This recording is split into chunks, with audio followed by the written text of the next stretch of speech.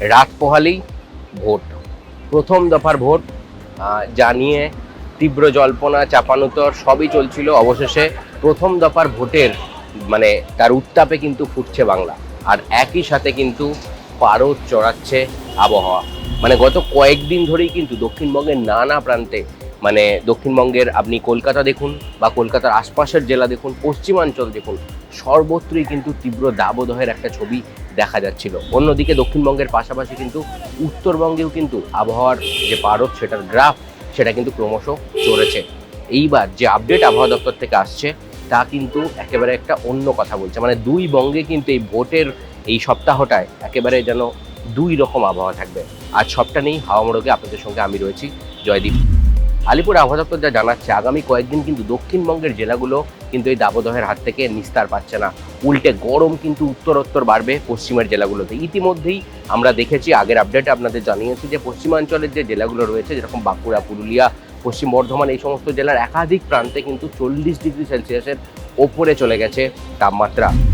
তাপপ্রবাহ চলবে কি চলবে না সেদিকে অবশ্যই নজর ছিল বঙ্গবাসীর। এরই মধ্যে কিন্তু আলিপুর আবহাওয়া দপ্তর তাপপ্রবাহের সতর্কতাও কিন্তু দিয়ে দিয়েছে। আমরা যে আপডেট সেটার দিকে যদি একবার নজর দিই তাহলে দেখতে পাবো যে এই মুহূর্তে কিন্তু ভোটের দিন, মানে পশ্চিমাঞ্চলের নানা জায়গায় কিন্তু আগামীকাল ভোট রয়েছে।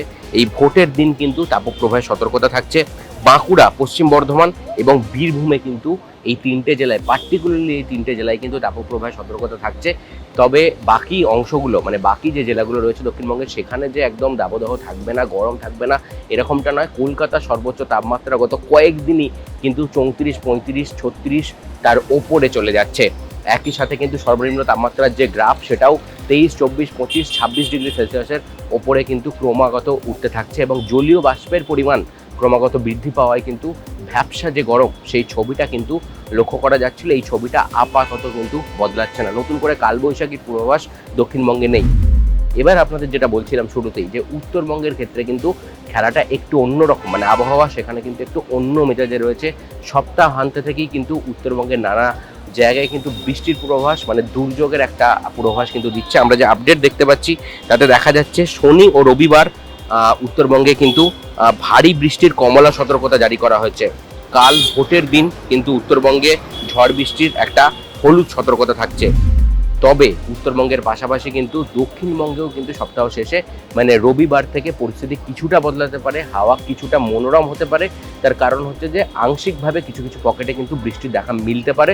এবং রবিবারের পর সোমবার, মানে নতুন সপ্তাহে কিন্তু দক্ষিণবঙ্গের নানা প্রান্তে কিন্তু বৃষ্টির ছবিটা দেখা যেতে পারে। এখন দেখান নতুন আপডেটে কি খবর আসে।